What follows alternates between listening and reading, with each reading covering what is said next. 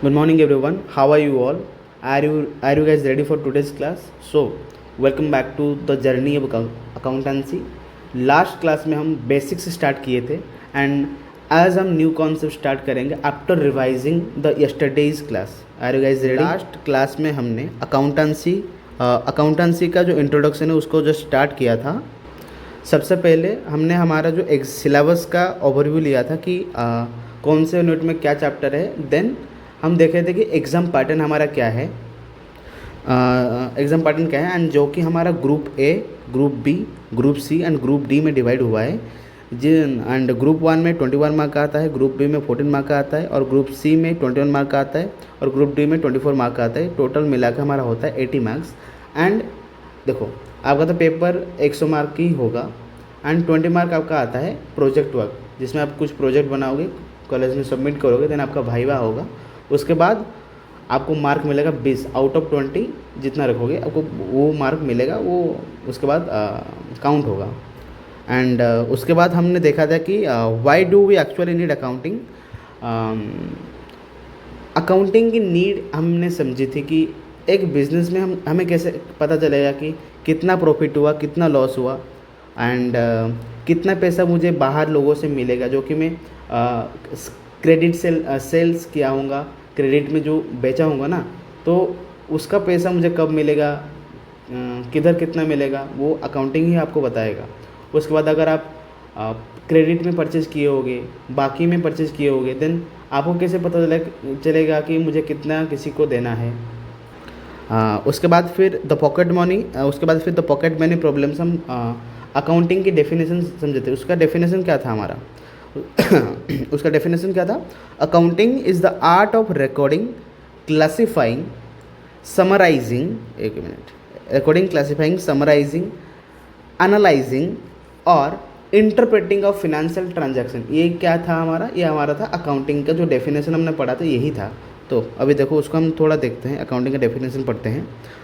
Definition of accounting. Accounting is the process. ये क्या है? एक प्रोसेस है. व्हाट? Process of what?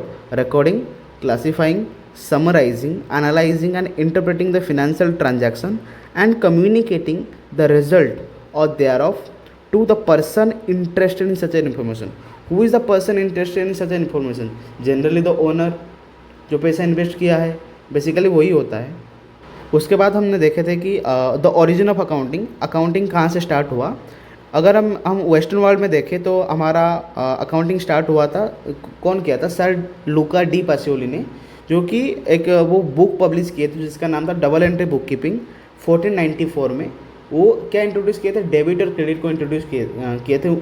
जो बुक वो इंट्रोड्यूस किए थे, उस बुक में वो डेबिट और क्रेडिट के बारे में तथ्य दिए थे. उसके बाद इंडियन ओरिजिन में कौन है? चाणक्य. वो क्या इंट्रोड्यूस किए थे? वो अर्थशास्त्र बुक इंट्रोड्यूस किए थे, जो कि वो पहले मेंटेन करते थे जो the account of the states, जो स्टेट का जो अकाउंट मेंटेन करते थे, वही वो अर्थशास्त्र के बुक में वो इंट्रोड्यूस किए थे. बस इतना ही था लास्ट क्लास का रिवीजन. आज हम इसको एंड कुछ डिटेल में स्टार्ट करेंगे, कुछ नया कॉन्सेप्ट डिटेल में स्टार्ट करेंगे. सो आज हमारा इंट्रोडक्शन का पार्ट 2 क्लास है, जिसमें हम पहले देखेंगे कि the 4 pillars of accounting as well as the accounting principles. Basically आपका 4 पिलर नहीं है, ये आपका होगा, एक मिनट, ये आपका 5 पिलर होगा, जिसमें आपका वो आएगा, कैपिटल एक आएगा. मैं 4 पिलर में क्या किया हूँ कि सिंस इसमें 4 पिलर में कैपिटल को नहीं लिया, इसमें ओनली लाइबिलिटी को लिया है. एंड लाइबिलिटी में आपको पता है कि लाइबिलिटी का 2 पार्ट होता है. एक होता है इंटरनल लाइबिलिटी और एक होता है एक्सटर्नल लाइबिलिटी. इंटरनल लाइबिलिटी में आपका आ जाता है कैपिटल, इसीलिए मैं इसको 5th पिलर में नहीं लिया. बेसिकली वो 5th पिलर में कैपिटल ही आता है. ठीक है, तो पहले हम समझते हैं कि 5 पिलर्स ऑफ अकाउंटिंग क्या होता है. तो अभी स्टार्ट करेंगे. What is 5 pillar of accounting? Basically 5 pillars मतलब 5 वर्ड्स ऑफ अकाउंटिंग. ये वो 5 वर्ड्स है जिसमें पूरा अकाउंटिंग का यूजेस होता है. बेसिकली हम देखे थे कि कल के क्लास में आपको बताया था अकाउंटिंग भी एक आर्ट है और इंग्लिश भी एक आर्ट है. मतलब अकाउंटिंग भी एक सब्जेक्ट, अकाउंटिंग भी एक लैंग्वेज है एंड इंग्लिश भी एक लैंग्वेज है. इंग्लिश को समझने के लिए आपके पास क्या है? अल्फ़ाबेट्स है. पहली चीज़ अल्फ़ाबेट्स है. उसके बाद तो आप इंग्लिश बोलते हो ना, अल्फ़ाबेट नहीं होगा तभी आप इंग्लिश बोल पाओगे क्या? नहीं ना। तो वैसा ही अकाउंटिंग में 5 वर्ड्स है, उसका नाम क्या है? असेट, एक मिनट, उसका नाम है asset, liabilities, income, expenditure, as well as एक minute, as well as capital. What? As well as capital, जिसमें पूरा अकाउंटिंग सब्जेक्ट समाया हुआ है, जिसमें अकाउंटिंग सब्जेक्ट का बेसिकल नहीं, टोटल जो वर्ड्स वगैरह है अकाउंटिंग का जो यूजेस है वो इस 5 वर्ड में ही होता है। उसका क्या क्या था? Assets, liabilities, income, expenses, as well as the capital. सबसे पहले हम देखेंगे कि the word of asset, asset क्या होता है? असेट वो रिसोर्सेज, एक मिनट, असेट वो रिसोर्स होता है, असेट वो रिसोर्स होता है जो बिजनेस के पास होता है या कंट्रोल में होता है और जो फ्यूचर में कंपनी को या बिजनेस को फ्यूचर इकोनॉमिक बेनिफिट देता है, मतलब फ्यूचर में पैसा जनरेट करके देता है, उसको बोलते हैं असेट। तो असेट का डेफिनेशन क्या हुआ? असेट वो रिसोर्सेज है जो बिजनेस के पास होता है एज वेल एज कि अदरवाइज वो बिजनेस के कंट्रोल में होता है और वो फ्यूचर में बिजनेस को रेवेन्यू जनरेट करने के लिए हेल्प करता है, उसको बोलते हैं असेट। जैसे कि डेफिनेशन क्या दिया है? रिसोर्स ओन्ड और controlled by the business that provide the future economic benefit. Future economic benefit क्या होता है? फ्यूचर इकोनॉमिक बेनिफिट वो आपको फ्यूचर में बिजनेस में रेवेन्यू कमाने के लिए जो हेल्प करता है, उसको बोलते हैं असेट्स। एग्जाम्पल समझो, जैसे कि आपका आता है बिल्डिंग, उसके बाद motor vehicle, cash, as well as the goods और स्टॉक इन ट्रेड वगैरह वगैरह आपका आता है असेट्स का एग्जाम्पल। क्योंकि देखो बिल्डिंग भी आपको फ्यूचर इकोनॉमिक बेनिफिट देगा। अगर बिल्डिंग नहीं होगा तो आप बिजनेस कैसे करोगे? अगर आपका व्हीकल नहीं होगा तो आप ट्रांसपोर्ट कैसे करोगे? अगर आपके पास कैश नहीं होगा तो आप गुड्स कैसे खरीदोगे? अगर आपके पास गुड्स नहीं होगा तब कस्टमर आपके पास क्यों आएगा? समझ लिए बात, असेट क्या होता है और उसका एग्जाम्पल। ओके, तो अभी हम देखेंगे कि असेट्स का टाइप। असेट्स जनरली 2 टाइप का होता है, एक होता है नॉन करेंट एसेट और एक होता है current asset. What is non current asset? Non current assets are those assets जो लॉन्ग टर्म के लिए यूज़ होता है एंड ये ईजिली वो पैसे में कन्वर्ट नहीं हो पाता। मतलब ये एक साल के अंदर में पैसे में कन्वर्ट नहीं हो सकता। इसको कन्वर्ट होने के लिए बहुत टाइम लगेगा, मैक्सिमम मोर देन 1 ईयर लगेगा, इसीलिए हम इसको बोलते हैं non current asset. It is only for, एक minute, it is for long term use more than 1 year. Example क्या है इसका? Land and building, plant and machinery, furniture, motor vehicle, ये आपका कैश में 1 साल में कन्वर्ट नहीं होगा, इसीलिए आपको बोलते हैं नॉन करेंट एसेट। तो अभी अगर आप ये नॉन करेंट एसेट समझ लिए तो करेंट एसेट तो ईजी है ना आपके लिए। तो करेंट एसेट क्या है? Current assets are those assets जो शॉर्ट टाइम में यूज़ या कन्वर्ट हो जाएगा, शॉर्ट टाइम में यूज़ हो जाएगा या कन्वर्ट हो जाएगा। कन्वर्ट मतलब जैसे आपके पास गुड्स है, ये शॉर्ट टर्म में आपका कैश में कन्वर्ट हो जाएगा, ठीक है। बट ये जो व्हीकल है ये आपका शॉर्ट टर्म में कैश में कन्वर्ट नहीं हो सकता, क्योंकि ये जो व्हीकल आप खरीदे हो ये आप बेचने के लिए नहीं खरीदे हो, ये ट्रांसपोर्टेशन के लिए खरीदे हो। अभी आप समझ गए असेट्स क्या होता है as well as the types of assets. Generally non current asset होता है और करंट एसेट होता है। करंट का एग्जांपल क्या क्या आता है? करंट में आता है डेटर्स, जो आप उधारी में माल बेचे होगे, उसके बाद trade receivable same, stock and inventory as well as cash भी आता है करंट एसेट्स में। Short term convertible to cash within 1 year, ये आपका आता है करंट एसेट्स। अभी आपका सेकंड पिलर, ओके, अभी आपका सेकंड पिलर है। सेकंड पिलर क्या बोलता है? लाइबिलिटीज़। एक मिनट, सेकंड पिलर आपका है liabilities, that is the burden और द ऑब्लिगेशन। इसमें आपका क्या होता है? एक मिनट, इसमें तो अभी हम समझेंगे कि लाइबिलिटी क्या होता है। लाइबिलिटी का मतलब ये होता है जो आपकी देनदारी है, दैट इज देनदारी का मतलब क्या है, something of obligation, something obligation, the financial obligation और समथिंग ऑब्लिगेशन जिधर जिधर आपको रीपे करने का रिस्पॉन्सिबिलिटी है टू अनदर पार्टी, उसको बोलते हैं लाइबिलिटीज़। एंड लाइबिलिटी का दो टाइप होता है, एक आपका होता है इंटरनल लाइबिलिटी, आपको जो पहले बताया था कि इंटरनल लाइबिलिटी, और एक होता है एक्सटर्नल लाइबिलिटीज़। बेसिकली जो इंटरनल लाइबिलिटी होता है इसको बोलते हैं कैपिटल। जो इंटरनल लाइबिलिटी होता है इसको बोलते हैं क्या, एक मिनट, इसको क्या बोलते हैं, इसको बोलते हैं कैपिटल, इसको बोलते हैं कैपिटल। इंटरनल लाइबिलिटी में since it is a capital, capital में क्या क्या ऐड होता है, प्रॉफिट ऐड होता है, आपका फंड ऐड होता है, ये तो सेम है ना, कैपिटल ओनर्स फंड वगैरह सेम टू सेम है, ये नहीं है, ठीक है। तो इंटरनल लाइबिलिटी आपका आता है कैपिटल, जो ओनर ने पैसा लगाया है उसको भी बोलते हैं लाइबिलिटी ना। Since we know that since we know the business entity concept, जो कि हम आगे पढ़ेंगे। बिजनेस एंटिटी कॉन्सेप्ट आपको ये बोलता है कि ओनर अलग है एंड बिजनेस अलग है। बिजनेस अलग है, ओनर खुद का मेंटेन करेगा, खुद का अकाउंट मेंटेन करेगा, और जो बिजनेस है वो खुद का अकाउंट मेंटेन करेगा। ऐसा नहीं कि ओनर का पर्सनल चीज़ बिजनेस में भी रिकॉर्ड होगा। इसीलिए सिंस ओनर ने बिजनेस में पैसा लगाया है, it is the obligation of the business to repay the same to the owner, since it is a liability for the business. इसको बोलते हैं इंटरनल लाइबिलिटी। इंटरनल लाइबिलिटी में आपका आता है कैपिटल, जो कि ओनर ने बिजनेस में लगाया है एंड उसको बाद में ऑब्लिगेशन है बिजनेस को क्या, रीपेमेंट करने का, किसको, ओनर को। तो अभी आप पूछोगे sir what is capital. Capital means anything brought by the owner into the business, इधर इट कैन बी कैश और इन काइंड। कैश भी हो सकता है, काइंड में भी हो सकता है। जैसे कि बिजनेस ओनर ने आपको एक कार दे दिया बिजनेस के लिए, एक फर्नीचर घर में था वो दे दिया बिजनेस के लिए, ये भी आपका हो जाएगा, कैपिटल में आ जाएगा। तो उसके बाद आपका आता है एक्सटर्नल लाइबिलिटीज़। व्हाट, तब उसके बाद आपका आता है एक्सटर्नल लाइबिलिटी। एक्सटर्नल लाइबिलिटी का मतलब क्या है, जो आप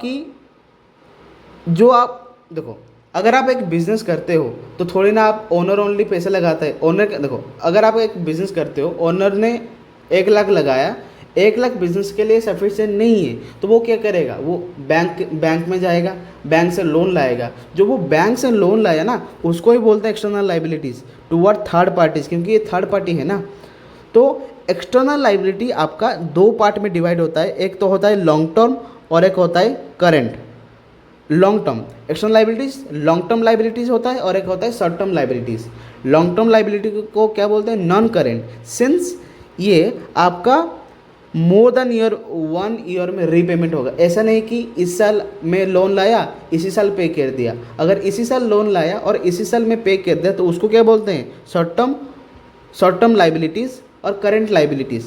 एग्जाम्पल, शॉर्ट टर्म लोन ले लिया, बैंक ओवरड्राफ्ट ले लिया, क्रेडिट मतलब जो मैं परचेज करूँगा माल क्रेडिट में, तो मुझे उसको तो 1 साल के अंदर ही पैसा देना है, ऐसा नहीं कि मोर देन 1 ईयर, समझे। उसके बाद बिल्स पेएबल और अकाउंट्स पेएबल, ये सेम टू सेम कॉन्सेप्ट है, लाइक क्रेडिटर्स भी मतलब एक उसके जैसा ही कॉन्सेप्ट है। उसके बाद आपका आता है नॉन करेंट। नॉन करेंट में क्या आपको बताया कि अगर मैं रीपेमेंट करूंगा 1 साल के बाद, मोर देन 1 ईयर बेसिकली, तो इसको बोलते हैं नॉन करेंट। इसमें क्या होगा, institutional loan, debentures, public deposits. Debentures का मतलब ये कंपनी के केस में आता है। अगर कंपनी वो मतलब देखो, अगर वो कंपनी शेयर इशू करता है, देखो कंपनी क्या क्या इशू कर सकता है, 1 मिनट देखो, कंपनी क्या क्या इशू कर सकता है। एक तो वो शेयर्स इशू कर सकता है, या तो डिबेंचर इशू कर सकता है, ठीक है। अगर वो शेयर इशू करेगा, सिंस ये उनके ओनर्स है, यह आपका क्या हो जाएगा, ये आपका हो जाएगा कैपिटल। जो वो डिबेंचर से पैसा लाएगा, उसको वो कहाँ से पैसा लाएगा, थोड़ा ना ओनर उसको बोलेंगे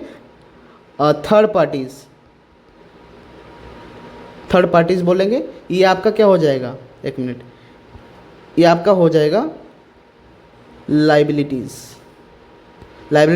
कौन सा लाइबिलिटी, एक्सटर्नल, समझे। यही होता है आपका लाइबिलिटीज़ का डिस्कशन, इधर होता है ख़त्म। अगर मैं आपको इजीली समझाऊँ मतलब नॉर्मल वर्ड में, तो नॉन करेंट हम किसको बोलेंगे, जो लंबे समय तक के लिए लिया है, बेसिकली मोर देन 1 ईयर, बेसिकली मोर देन 1 ईयर में आपको वापस करना है उसको बोलते हैं नॉन करेंट। अगर विद इन 1 ईयर में आपको वापस करना है उसको बोलते हैं शॉर्ट टर्म या करेंट लाइबिलिटीज़। उसके बाद आपका पिलर 3 आता है जिसको बोलते हैं इनकम। इनकम और रेवेन्यू जनरेशन। बेसिकली आप पूछोगे कि सर रेवेन्यू क्या होता है, मैं आपको एक एग्जांपल में समझाता हूँ। रेवेन्यू मतलब वो पैसा जो बिजनेस अपने काम से कमाया है। जैसे कि तुम एक शॉप चलाते हो, उसमें आप गुड्स बेचते हो या सर्विस को रेंडर करते हो, तो जो पैसा आपको मिलता है गुड्स बेच के या सर्विस को रेंडर करके जो रिटर्न मिलता है वही तो होता है रेवेन्यू। एग्जाम्पल, आप एक मोबाइल शॉप में गए, एक मोबाइल खरीदे। आप एग्जाम्पल ले लो कि आप 20,000 का एक मोबाइल खरीदे, तो आपके लिए तो ये एक्सपेंडिचर हो गया, बट जो बिज़नेस के लिए, वो बिज़नेस जो पैसा लिया आपसे, मोबाइल आपको दिया, आप उसको पैसा दिए, जो पैसा आप उसको दिए उसको बोलते हैं रेवेन्यू। किसके लिए, वो बिज़नेस के लिए रेवेन्यू है। और एक आप ट्यूशन जाते हो, फीस देते हो, तो आपके सर जो ट्यूशन फीस रखते हैं ना उसको ही बोलते हैं रेवेन्यू। अगर इसको मैं इजी लैंग्वेज में बताऊँ तो एग्जाम में क्या लिख सकता हूँ इसको, it is the income earn from the business activities called revenue. Basically आपका जो रेवेन्यू है वो रेवेन्यू जो है आपका ये दो टाइप का होता है, एक होता है सेल्स रेवेन्यू और एक होता है अदर इनकम का रेवेन्यू। सेल्स इनकम का मतलब जो आपको जो बताया, primary income from the selling और मेन गुड्स और the services. And other income आपका क्या आता है, सेकेंडरी एंड नॉन अर्निंग, जैसे कि डिविडेंड, आपका मतलब आपको कुछ इंटरेस्ट मिल गया, डिविडेंड मिल गया, डिस्काउंट मिल गया, कमीशन आपको रिसीव हो गया, इसको बोलते हैं रेवेन्यू। ठीक है, तो इधर आपका रेवेन्यू जनरेशन का पॉइंट होता है। तो उसके बाद आपका आता है पिलर 4। पिलर 4 में क्या आता है, एक्सपेंसेस। सर आप बोलोगे सर एक्सपेंसेस क्या होता है, समझाता हूँ। एक्सपेंसेस क्या होता है, बिजनेस को चलाने के लिए जो खर्चा किया जाता है उसको बोलते हैं एक्सपेंडिचर और एक्सपेंसेस। लाइक आप वेजेस एंड सैलरी पे करते हो, इलेक्ट्रिसिटी पे करते हो, और मोटिव पावर मतलब एम्प्लॉय वर्कर को मोटिव करने के लिए कुछ पैसा देते हो, उसको बोलते हैं मोटिव पावर। उसके बाद फैक्ट्री इंश्योरेंस पे करते हो, लॉजिस्टिक मतलब व्हीकल का खर्चा, कैरेज का खर्चा या ट्रांसपोर्टेशन देते हो, वो भी आपका खर्चा है। Freight, carriage, loading unloading. देखो अगर हम इजीली बताऊँ तो रेवेन्यू कमाने के लिए आप जो खर्चा करते हो उसको ही बोलते हैं एक्सपेंसेस। सिंस अब अभी आप ओनली तो मतलब सेल तो ऐसे ही तो सेल्स नहीं कर पाओगे ना। सेल्स करने के लिए आपको एम्प्लॉय रखना पड़ेगा, तो एम्प्लॉय के लिए आप क्या दोगे, सैलरी दोगे। सेल करने के लिए आपके पास एक दुकान चाहिए, तो दुकान चाहिए तो कैसे होगा, तो आपको रेंट में एक दुकान लेना पड़ेगा भाड़े में। तो दुकान तो ऐसे नहीं चलेगा ना, उसमें इलेक्ट्रिसिटी होना चाहिए, तो आप बल्ब जलाओगे, एसी चलाओगे, फैन चलाओगे, तो उसके लिए इलेक्ट्रिसिटी बिल देना पड़ेगा। तो ये सब क्या है, आपको रेवेन्यू को जनरेट करने के लिए ये सब एक्सपेंडिचर होता है। जो सब मेरा एक्सपेंडिचर होता है उसको बोलते हैं एक्सपेंसेस। तो इधर डेफिनेशन क्या दिया है, इधर दिया है कि the cost of operation that A company इनकर टू जनरेट द रेवेन्यू, उसको बोलते हैं एक्सपेंसेस। उसके बाद आपका आता है द एक्सपेंसेस आपका कैन बी ऑफ 2 टाइप। एक तो आपका एक्सपेंसेस कैन बी 2 टाइप। एक तो आपका हो सकता है डायरेक्ट एक्सपेंसेस होता है और इनडायरेक्ट एक्सपेंसेस होता है। डायरेक्ट का मतलब क्या है, या कोई डायरेक्ट प्रोडक्ट से रिलेटेड होगा, जैसे कि directly related to the product, directly tied to making the product. देखो जैसे कि डायरेक्ट और मैन्युफैक्चरिंग एक्सपेंसेस। अगर आप एक नोटबुक बना रहे हो तो उसमें डायरेक्ट एक्सपेंसेस क्या रहेगा, जो आपको दिख रहा होगा कि हाँ, जैसे कि उस बुक को बनाने के लिए एम्प्लॉय तो लगे होंगे, लेबर लोग लगे होंगे, उसके बाद सुपरवाइज़र भी लगा होगा, उसके बाद पेपर लगा होगा, जो बाइंडिंग जो करते वो भी लगा होगा, धागा लगा होगा, उसके बाद गम लगा होगा। तो उसको बोलते हैं डायरेक्ट एक्सपेंसेस, जो आपको दिख रहा है कि हाँ, जो प्रोडक्ट में आपको सब दिख रहा है ना, जैसे कि वो अब जो लाइन वाला नोटबुक खरीदते हो तो उसके लिए इंक लगा होगा, उसको ही बोलते हैं डायरेक्ट एक्सपेंसेस और मैन्युफैक्चरिंग एक्सपेंसेस। उस प्रोडक्ट को बनाने के लिए जो जितना खर्चा आता है उसको बोलते हैं डायरेक्ट और मैन्युफैक्चरिंग एक्सपेंसेस। और इनडायरेक्ट में आपका क्या आता है, इनडायरेक्ट और नॉन मैन्युफैक्चरिंग एक्सपेंसेस। इसमें आपको मतलब बनाने के लिए कुछ खर्चा नहीं हुआ, बट बेचने के लिए ये ज़रूरी है। जैसे कि एडवर्टाइजमेंट, अगर आपका न्यू प्रोडक्ट है, वो आपके प्रोडक्ट को कोई नहीं जानता, तो एडवर्टाइज करोगे क्यों? जानने के लिए, तभी आपका सेल होगा। उसके बाद सेलिंग कमीशन, अगर आप अपने एजेंट को सेलिंग कमीशन नहीं दोगे तो वो आप बेचेगा क्यों? उसके बाद सेल्स प्रमोशन करना पड़ेगा सेल्स के लिए, डिलीवरी एक्सपेंसेस पे करना पड़ेगा। ये आपका आता है एक्सपेंसेस। बेसिकली इजीली समझो, एक्सपेंसेस क्या होता है?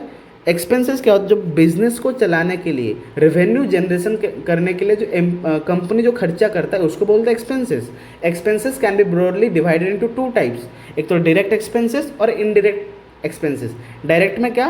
विच is directly attributable to the product, उसको बोलते हैं डायरेक्ट। अगर वो डायरेक्टली अट्रीब्यूटेबल नहीं हुआ है, मतलब आपको नहीं पता चला कि वो डायरेक्टली, देखो अगर वो प्रोडक्ट में डायरेक्टली नहीं दिख रहा है कि वो कुछ एक्सपेंसेस हुआ है, जैसे कि एडवर्टाइजमेंट, सेल्स कमीशन, थोड़ी ना आपको दिखेगा कि वो मतलब प्रोडक्ट में खर्चा हुआ है, उसको बोलते हैं इनडायरेक्ट एक्सपेंसेस। इधर होता है आपका एक्सपेंसेस खत्म।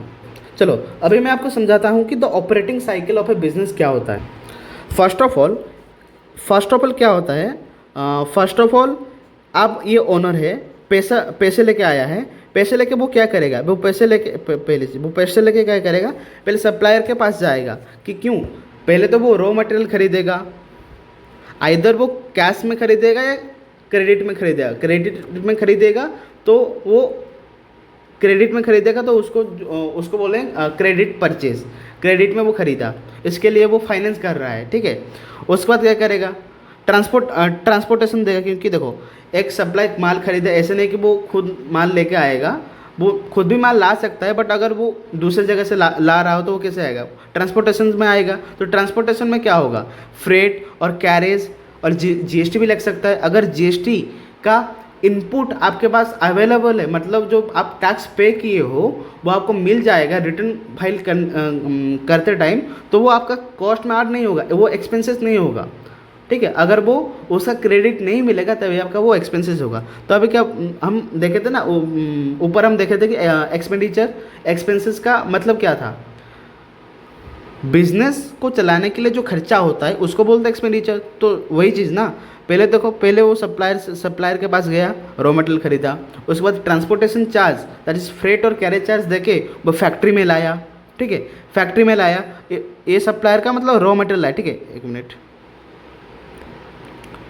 फैक्ट्री में गया, रॉ मटेरियल लाया, ट्रांसपोर्टेशन देके वो फैक्ट्री तक आया, फैक्ट्री में उसका प्रोसेसिंग हुआ, जैसे कि डायरेक्ट एक्सपेंसेस पे किया, वेजेस पे किया, पावर पे किया, प्रोडक्शन अब इधर कंप्लीट हुआ। इसके बाद आपका क्या आया? इसके बाद आपका माल चला आया गोदाम में चला आया। इसमें क्या होता है? आपका जो फिनिश गुड्स है, जो स्टोर होता है, ठीक है, फिनिश गुड स्टोर हुआ, इसके लिए आप क्या दिए? रेंट दिए, ये भी आपका एक्सपेंसेस है। उसके बाद आपका मार्केट में आया, किसके लिए? सेलिंग के लिए आपको वो मार्केट में आया। मार्केट में क्या हुआ? अब मार्केट में सेल्स रेवेन्यू हुआ, जीएसटी आउटपुट जो आपको जो बताया, जो इनपुट आपको इधर प्लस माइनस हो जाएगा, तभी आपको वो आप एक्सपेंसेस में काउंट नहीं कर सकते। इधर मार्केटिंग के टाइम आपको इनडायरेक्ट एक्सपेंसेस होगा, जैसे कि एडवर्टाइजिंग करोगे, सेल्स प्रमोशन करोगे, उसके बाद एजेंट को कमीशन दोगे बेचने के लिए, ये आपका हो गया, ये भी आपका एक एक्सपेंसेस है, ठीक है। उसके बाद इंटरेस्ट दोगे, उसके बाद आप इंटरेस्ट दोगे। अब ये कर दिए। इधर अगर आप जो रॉ मटेरियल है वो फाइनेंस किए होगे, तो मतलब आप बैंक से लोन लेके या क्रेडिटर से लोन से अब लिए होगे, तो उसको आपको देना पड़ेगा, इंटरेस्ट देना पड़ेगा, क्रेडिट इंटरेस्ट देना पड़ेगा, fund next to the suppliers purchase. उतना ही था आपका operating cycle of a business आपका ऐसे ही चलता है। उसके बाद अभी हम देखेंगे कि गैप क्या होता है। देखो बेसिकली गैप का फुल फॉर्म होता है जनरली एक्सेप्टेड अकाउंटिंग प्रिंसिपल। देखो आपको एक एग्जांपल दे रहा हूँ, अगर सब लोग अलग अलग लैंग्वेज में बात करेंगे तो समझना मुश्किल होता है, वैसे ही गैप के बिना अकाउंटिंग को समझना मुश्किल हो जाता है। सिंस गैप मतलब जनरली एक्सेप्टेड अकाउंटिंग प्रिंसिपल एक कॉमन लैंग्वेज है, किसके लिए? अकाउंटिंग के लिए, जो सब बिजनेस को same rules and regulations follow करने के लिए हेल्प करती है। देखो एक एग्जांपल मैं आपको दे रहा हूँ, अगर हमारे इंडिया का मैं एग्जांपल दे रहा हूँ, हमारे इंडिया में कितने बिजनेस है? बहुत सारे बिजनेस है। अगर अकाउंटिंग नहीं होता, अगर अकाउंटिंग होता but generally accepted accounting principle नहीं होता, तब मैं कुछ एग्जांपल, जैसे कि हमारे पास रिलायंस इंडस्ट्रीज़ है, टाटा है, महिंद्रा है, बिरला है, वो सब बड़े बड़े कंपनीज है। अगर वो अकाउंटिंग करेंगे, अगर वो रिलायंस वो खुद खुद अकाउंटिंग करेगा, मतलब मन मर्जी अकाउंटिंग करेगा, जो उसको आता है वो अकाउंटिंग करेगा। टाटा उसके हिसाब से अकाउंटिंग करेगा। रिलायंस अडानी आता है वो उसके हिसाब से अकाउंटिंग करेगा। आदित्य बिरला वो उसके हिसाब से अकाउंटिंग करेगा। तभी हमारे जो अगर मैं चेक करूँगा, रिलायंस का रिपोर्ट चेक करूँगा, उसके बाद टाटा का रिपोर्ट चेक करूँगा, उसके बाद उसके बाद अदानी का रिपोर्ट चेक करूँगा, उसके बाद आदित्य बिरला का रिपोर्ट चेक करूँगा, तो मुझे कुछ समझ नहीं आएगा ना, क्योंकि वो खुद के हिसाब से बनाए हैं। तो इसीलिए आपका है gap, generally accepted accounting principle. इसमें आपका क्या है, इसमें आपको commonly followed and accepted set of rules दिया गया है, कुछ रूल्स एंड रेगुलेशन दिया गया है सबको फॉलो करने के लिए। It is what, it is mandatory for every business. It brings uniformity in the accounting practice. अभी अगर टाटा, रिलायंस, अदानी एंड आदित्य बिरला वो जो अकाउंटिंग करेंगे गैप के हिसाब से, जनरली एक्सेप्टेड अकाउंटिंग प्रिंसिपल के हिसाब से, तभी वो उनके अकाउंटिंग जो करेंगे उनके अकाउंटिंग में यूनिफॉर्मिटी आएगा। रिलायंस जैसे करेगा, टाटा भी ऐसे करेगा, अदानी भी ऐसे करेगा, उसके बाद आदित्य बिरला भी ऐसे करेगा। तो क्या होगा, मैं इजीली डिसीजन ले सकता हूँ, क्योंकि सबका जो रूल्स एंड रेगुलेशन है सेम है एंड उसका जो प्रोसीजर है बनाने का वो भी सेम है। तो it defines what, it defines the parameters and constraints the accounting. देखो, अगर गैप नहीं होगा तो क्या होगा, अगर without gap every business would speak a completely different financial language, जो कि हम समझ नहीं सकते, कोई भी समझ नहीं सकता। सिंस इसमें आपका क्या होता है, कोई एनालिसिस करने के लिए कमांड नहीं रहता अगर गैप नहीं होता तो। ओके, अभी हम पढ़ेंगे कि अकाउंटिंग प्रिंसिपल्स। अकाउंटिंग प्रिंसिपल्स क्या होता है, ये आपका अकाउंटिंग प्रिंसिपल 4 प्रिंसिपल आपको दिया है। एक है principle number 1, business entity concept. What is business entity concept और separate legal entity.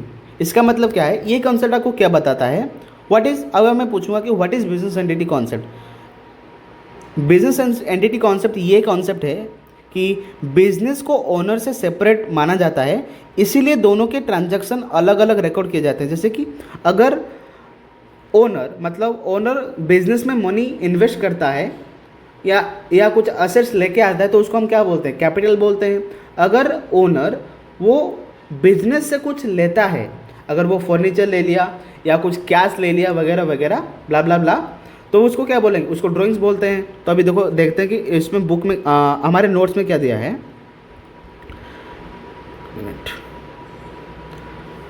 The business is an, देखो बिजनेस आप एक आर्टिफिशियल पर्सन है, क्योंकि बिजनेस को कौन बनाया है, एक नेचुरल पर्सन ने बनाया है।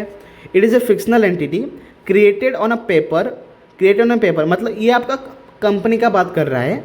Business entity has its own identity, इसका खुद का आइडेंटिटी है, क्योंकि जो अकाउंटिंग करते हैं वो बिजनेस का ही करते हैं ना, थोड़ी ना हम खुद का अकाउंटिंग करते हैं।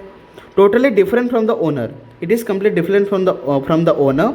Only business transactions are recorded and personal transactions are ignored. देखो, सिंस बिजनेस एंटिटी कॉन्सेप्ट को बोलता है ओनली बिजनेस का ट्रांजेक्शन रिकॉर्ड करो। अगर एक एग्जांपल देता हूँ, जैसे कि tax, income tax paid, income tax कौन पेड करता है, ओनर पेड करता है। ओनर पेड करता है तो ये बिजनेस के बुक्स ऑफ अकाउंट्स में आएगा कि नहीं आएगा।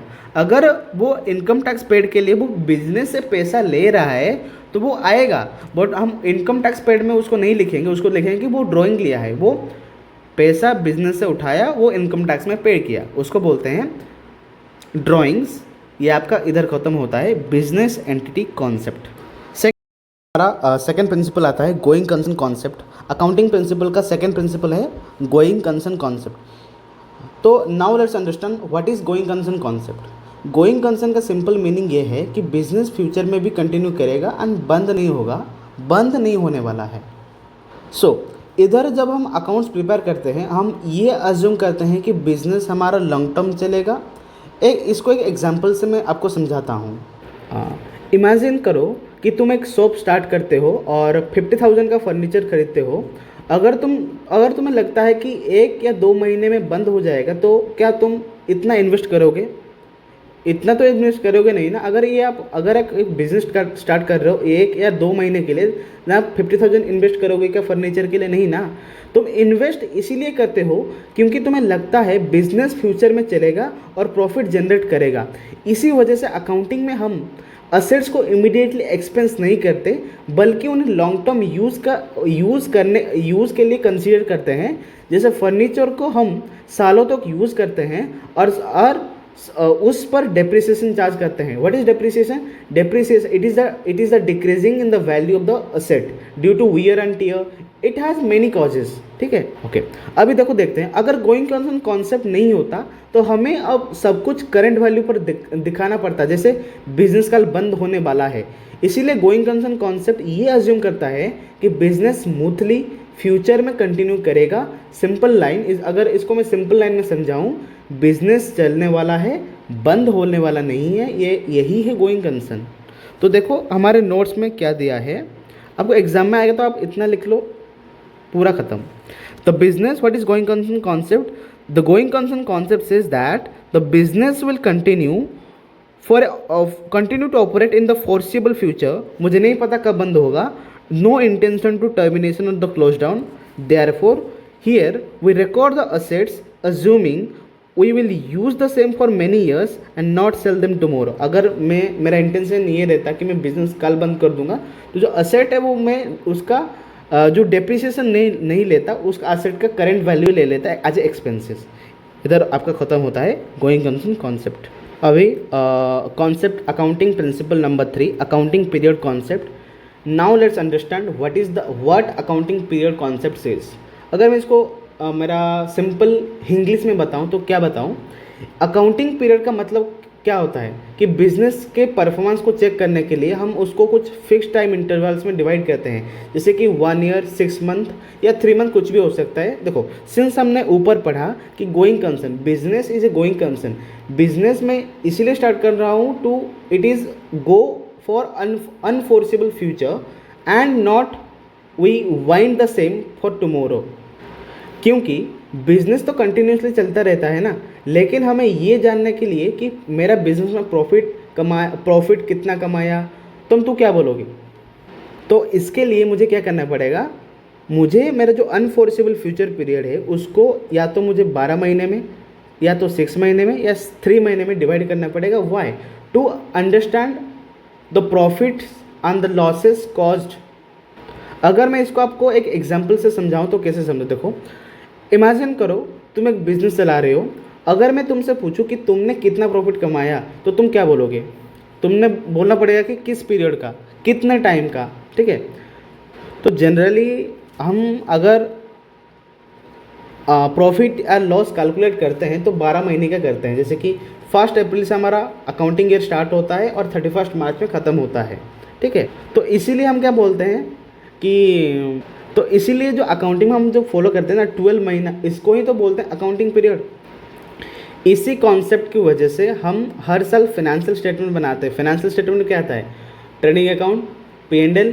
फाइनेंशियल स्टेटमेंट में और क्या आता है? बैलेंस शीट आता है और कैश फ्लो स्टेटमेंट भी आता है, statement of changes in equity आता है। बट ये हमारे एग्जाम में एप्लीकेबल नहीं है। कैश फ्लो स्टेटमेंट एप्लीकेबल नहीं है और statement of changes of equity भी एप्लीकेबल नहीं है।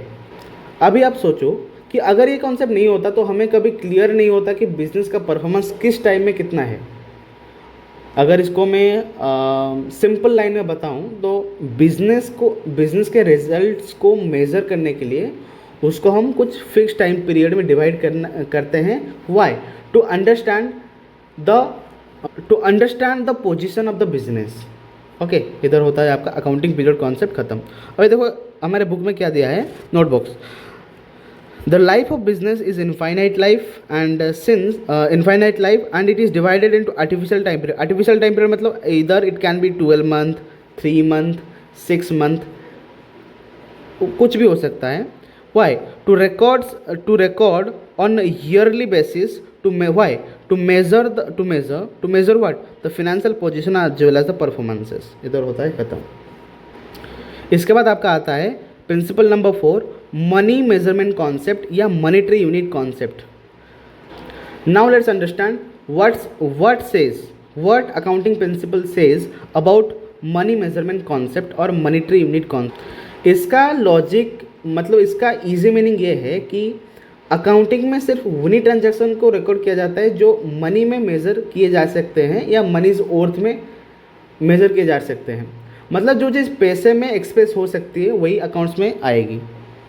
जैसे कि अगर मैं आपको एक एग्जांपल दूं कि मैंने एक बुक खरीदा तो वो मनी में एक्सप्रेस किया जा सकता है, तो मैं अकाउंट में रिकॉर्ड कर सकता हूँ। मैं आज मंदिर गया, इसमें मॉनेटरी यूनिट है क्या, मतलब कंसीडरेशन कुछ है क्या, नहीं है ना, तो इसीलिए वो मेरा अकाउंट्स में नहीं आएगा। अगर इसको मैं एक एग्जांपल में आपको समझाता हूँ। अगर बिजनेस ने एक लाख का गुड्स परचेज किया एंड 50,000 का रेंट दिया, तो ये सब इजीली मनी में मेज़र हो सकता है, इसीलिए इसको हम अकाउंटिंग में रिकॉर्ड करेंगे। लेकिन अगर एम्प्लॉइज़ हार्ड वर्किंग है एंड मैनेजर ऑनेस्ट है, ये इम्पोर्टेंट तो है लेकिन इनको पैसे से मेज़र नहीं कर सकते, सिंस इसको अकाउंटिंग में हम नहीं लेते हैं। इस वजह से अकाउंटिंग सिर्फ फाइनेंशियल ट्रांजैक्शन को रिकॉर्ड करता है एंड नॉन फाइनेंशियल चीज़ें जैसे कि ऑनेस्टी, फेथ वगैरह अकाउंट में नहीं आता।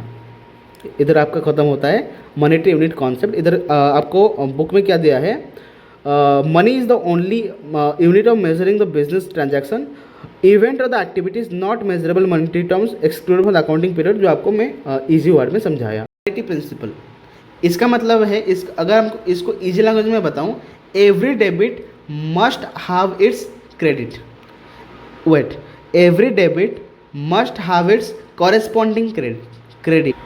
इसको एक एग्जाम्पल से मैं समझाता हूँ। एग्जाम्पल ले लो, आप एक बिज़नेस कर रहे हो, उसमें आप 10,000 का फर्नीचर खरीदा, ठीक है, कैश में। सो इधर आपका क्या हुआ, आपके पास कैश था वो डिक्रीज हुआ ना, आपके पास कैश था वो कैश कम गया एंड फर्नीचर आपका एक ऐड हो गया। इसका मतलब हर ट्रांजैक्शन का दो एस्पेक्ट होता है। जैसे कि कैश आपका क्या है, एक असेट है सिंस इसमें आपको इकोनॉमिक बेनिफिट मिलता है, और फर्नीचर भी क्या है, वो भी एक एसेट है। एक एसेट आपका जा रहा है और एक एसेट आपका आ रहा है, ठीक है। तो सो इसीलिए इधर आपको बोला है कि every single business transaction are the two effects, both aspects are recorded the double entry book keeping system. So इधर दिया है कि assets is equal to liabilities plus the capital, assets is equal to liabilities plus capital. देखो अगर मैं इसको समझाऊंगा तो कैसे समझाऊंगा, देखो अभी देखो डुअलिटी प्रिंसिपल को इस एग्जांपल से समझते हैं। एग्जांपल नंबर 1 देखो, अगर इमेजिन करो आप एक बिजनेस स्टार्ट करो 10,000 रुपये का। अगर ओनर बिजनेस में इन्वेस्ट करता है तो उसको क्या बोलते हैं, कैपिटल। तो हमारे बिजनेस में कैपिटल आ गया 10,000 और कैश आ गया 10,000। देखो इसमें क्या किया, एक मिनट, आपका जो ओनर है बिजनेस को क्या दिया, बिजनेस को कैश दिया, कितना दिया, 10,000 कैश दिया। तो हम देखे थे कि हमको बिजनेस एंटिटी कॉन्सेप्ट ये बोलता है कि बिजनेस का रिकॉर्डिंग अलग और ओनर का रिकॉर्डिंग अलग। बिजनेस में क्या क्या आया, बिजनेस में 2 चीज़ आया, एक तो बिजनेस के पास कैश भी है और इसके बाद एक लाइबिलिटीज़ भी है कि जो ओनर ने जो 10,000 रुपया दिया है वो तो बिजनेस को लौटाना पड़ेगा, एंड वो जो 10,000 दिया है अभी बिजनेस के पास 10,000 रुपया कैश में पड़ा है।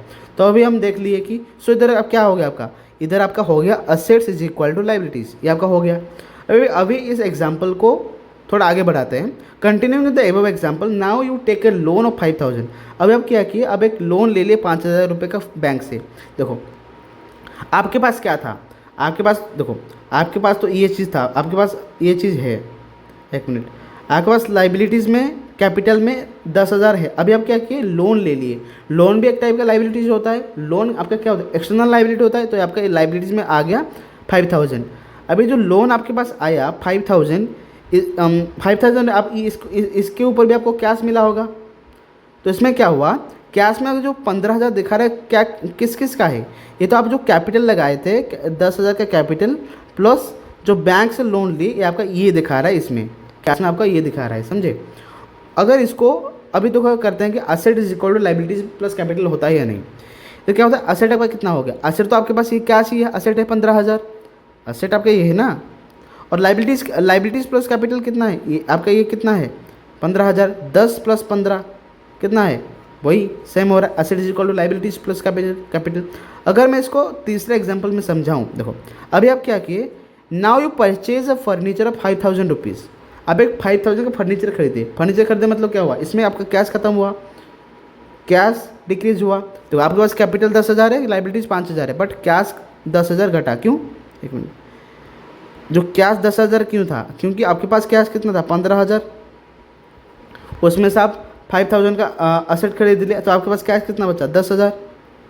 इसके आगे आपके पास और एक असेट आ गया फर्नीचर, और एक असेट आ गया जो आप जो परचेज किए आपका इधर आ गया, असेट आ गया। तो अभी देखते हैं कि इधर असेट से प्लस इसको लाइबिलिटी प्लस कैपिटल होता है या नहीं। असेट में क्या आएगा, एक तो आएगा कैश आएगा प्लस फर्नीचर आएगा, इज इक्वल टू, देखते हैं लाइबिलिटीज़ प्लस कैपिटल, कैश कितना है आपके पास 10,000 है, प्लस फर्नीचर कितना का आया 5,000 का, आपका लाइबिलिटी कितना था 5,000 का, प्लस ओनर ने कितना लगाया था 10,000, तो हिंस इधर है 15,000, इधर भी 15,000।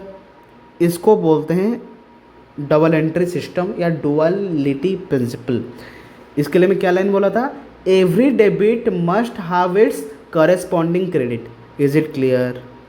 इधर होता है आपका अकाउंटिंग प्रिंसिपल ख़त्म, एज वेल एज दो 5 पिलर्स ऑफ अकाउंटिंग ख़त्म। आज के लिए इतना ही, this is all for today, have a nice day. कल के क्लास में हम अकाउंटिंग के रूल स्टार्ट करेंगे जो कि मोस्ट इंपॉर्टेंट है, सो मेक श्योर आप सब आज के टॉपिक रिवाइज करके आना। और एक चीज़, अभी मैं आपको जो पढ़ा रहा हूँ इसका नोटिंग ज़रूरत नहीं है, कल से जो पढ़ाएंगे उसका नोट्स ज़रूर बनाना। अगर मेरी टीचिंग में कोई मिस्टेक हो, you can freely tell me, I will definitely try to improve. Thank you.